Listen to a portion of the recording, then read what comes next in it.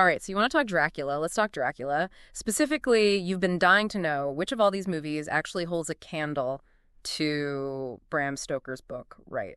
We're going deep on adaptations today, figuring out what works, what doesn't. And honestly, it's trickier than you might think right off the bat. Because how do you translate a story like that? Stoker didn't give us some simple narrative. You're hit with letters, diaries, all these voices jumbled up. Yet somehow it makes the dread so much worse. Oh, absolutely. You're putting the pieces together alongside those poor characters. But how do you film that slow burn, that sense of something horrible creeping in? You lose something if you just make it action-packed, don't you think? 100%. And filmmakers have been wrestling with this for, what, over a century now? Yeah. Some more successfully than others. Take Nosferatu, way back in 1922. Talk about starting with a bang. That's an unauthorized adaptation if I ever saw one. They even changed Dracula's name. Count Orlok, they called him, hoping Stoker's widow wouldn't notice, I guess. Yeah. I read about that legal battle. She was not letting them get away with anything. But even with the name change, silent film and all that, Nosferatu still gives people the creeps, doesn't it? It's got that reputation. Oh, for sure. A lot of its atmosphere, they had to rely on visuals, no dialogue, so you get those stark shadows. The way Max Schreck looks as Orlok, it's not how Stoker described Dracula, not really, but that feeling, that sense of something dark closing in. Nailed it. So it's not about being a copycat then. Sometimes a film gets the vibe right, even if the details are different. It's about capturing the soul of the thing, would you say? Exactly. And this leads us to another fascinating one, the 1979 Dracula, Frank Langella. Now, he was a departure. Gone was the creepy old count. In came this handsome, almost romantic figure. Kind of Byronic, if you will. Hold on, Byronic. Like Dracula's writing sad poetry and seducing everyone in sight. Sounds a little more like those romantic poets than a blood-sucking fiend. You're not wrong. But that's what's so interesting, this film. It reflects how people saw these stories differently then. Back in the 70s, there was this fascination with the dangerous type, the alluring villain. The monster wasn't just something to be afraid of, but could be desirable even. So garlic and crucifixes are out, flirting with danger is in. That makes me think of all those vampire stories that came after, where the line between monster and love interest got super blurry. Exactly. Langella's Dracula, he tapped into that. It might not have gotten every detail from the book, but it started a conversation, made people see these creatures in a new light. Now, if we're talking iconic, though, Christopher Lee in the 1958 horror of Dracula, you can't have this conversation without him. Oh, for sure. Ask anyone to picture Dracula, chances are that's who they see.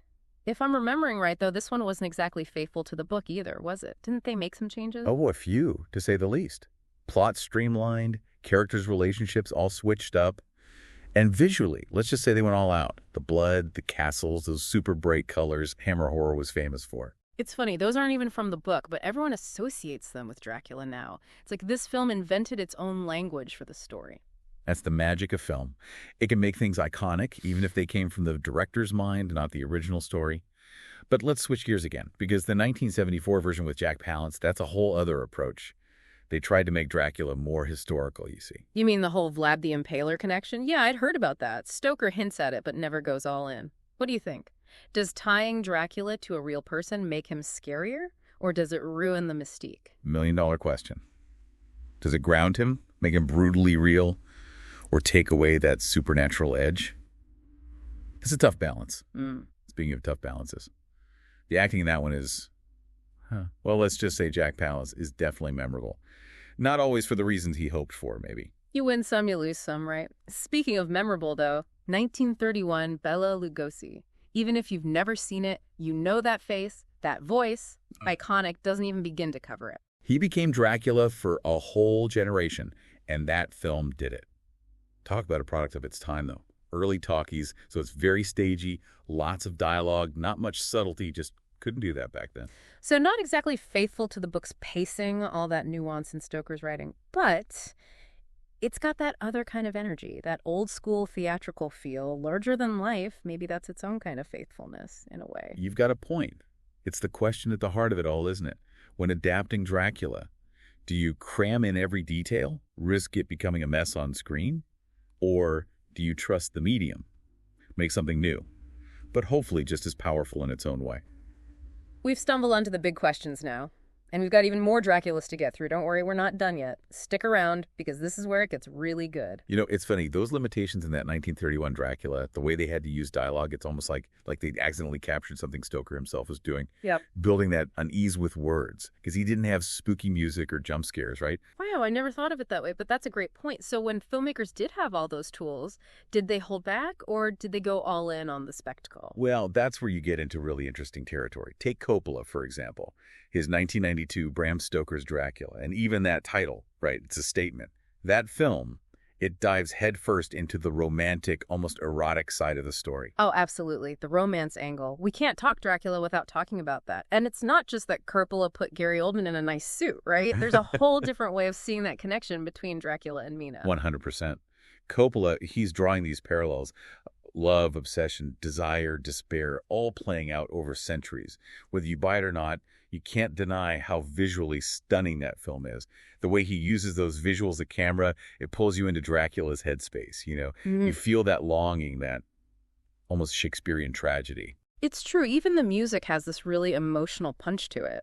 And you saying obsession, it makes me think, a lot of Gothic literature, like what Stoker was writing, it was dealing with stuff people weren't supposed to talk about back then, right? Sexuality, especially for women. Totally. And those adaptations, they have to grapple with that, whether it's intentional or not. Do they shy away from it or lean in? Yeah. How does that play for a modern audience? It's a whole other conversation. For sure. But before we get too deep into that rabbit hole, we've got to talk about the other Christopher Lee Dracula. He actually went back to the role in 1970, and that time they said it was going to be way more faithful to the book. Right, 1970, Count Dracula. See, that's where faithful gets tricky. Yeah. Yeah, the plot's closer to the book, but there's something missing. It's almost like too straightforward, if that makes sense. Like when you try to bake a cake and you follow the recipe perfectly, but you forget to turn the oven on. You did everything by the book, but it's just not right. That's it. Perfectly said. It proves that even with the right plot points, it's the other stuff too. The direction, the pacing, how the actors work together.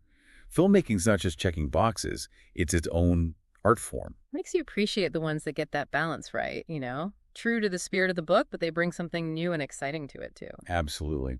Which, you know, that leads us to one that not a lot of people have seen, but it's fascinating in its own way. Yeah. The BBC production, 1977, Count Dracula. Right. You mentioned this one earlier, the Holy Grail for people who really love the book. But if it's so accurate, why isn't it more famous? Why isn't it the Dracula movie everyone watches? Because being accurate, like we've been saying, doesn't always equal a great movie. This one, it's very true to what Stoker wrote, but it's kind of dry. TV movie, small budget, it shows. So it's like that friend who's really good at explaining movie plots, but they forget to tell you about like the actual experience of watching it. You get all the facts, but none of the feeling. Exactly. And that's why it's so interesting. It shows what happens when you only focus on getting the details right. Yeah. An adaptation has to be a conversation with the source material, not just like a photocopy. Man, this makes me want to rewatch all these movies. It's crazy how much there is to talk about, even with a story everyone thinks they know. That's what we're here for, digging into it, making you question what you thought you knew, and hopefully starting some fun conversations. Speaking of conversations, let's loop our listeners back in, yeah. We've covered a lot of ground, different interpretations, historical context, all that debate about faithfulness. Right. Let's bring it all together. Because the big takeaway here, the best part of all this, is that there's no one right answer. No one Dracula to rule them all. It's about finding the adaptations that you connect with, that resonate with how you see this story. So, okay, we've climbed back out of the crypt, dusted off all these different Draculas. Where do we even land after all that? It's not as simple as saying which one got it right, is it? It really shows you how much this story, this one character, has become so many things over time. He's a vampire, sure, but he's also, like, our anxieties, our desires, even just how each generation wants to be told a good story. And what gives you the creeps changes with every decade, doesn't it? What scared people in the 1920s might not land the same way now. So if someone's looking for the Dracula that speaks to them, where do they even start? That's the fun part. It's like, you know, you walk into a really good wine cellar, right? So many choices, drawn to that stark kind of primal fear, silent film, Nosferatu, that's your bottle. Like your horror with some camp, some color, hammer horror all the way. What if you want something a little more emotional, asking for a friend, obviously, a little romance with those fangs? Well, Coppola's your guy, right? Bram Stoker's Dracula. Just be ready for a lot of feelings. That one's intense. I love it. We've basically given everyone a tasting menu for their next Dracula movie marathon, but before they hit play, anything else they should keep in mind? Last bits of wisdom from the crypt, so to speak. I think the biggest thing is these films, they're not meant to replace the book. They're almost like they make you want to revisit the original, see it with fresh eyes. So read the book, watch a few of these, read it again. You might be surprised what you notice the second time around. That's such a great point. An adaptation, even if it changes things, it can make you understand the story even better. And who knows, it might even inspire you, right? Your own take on it, maybe some fan fiction. Now there's an idea. The Dracula evolution never stops. Exactly. So, to everyone listening, thanks for joining us on this deep dive. We want to hear from you. Which Dracula film is your Dracula? Which ones did we miss? Hit us up on social media. Let's keep this conversation going. And until next time, happy watching.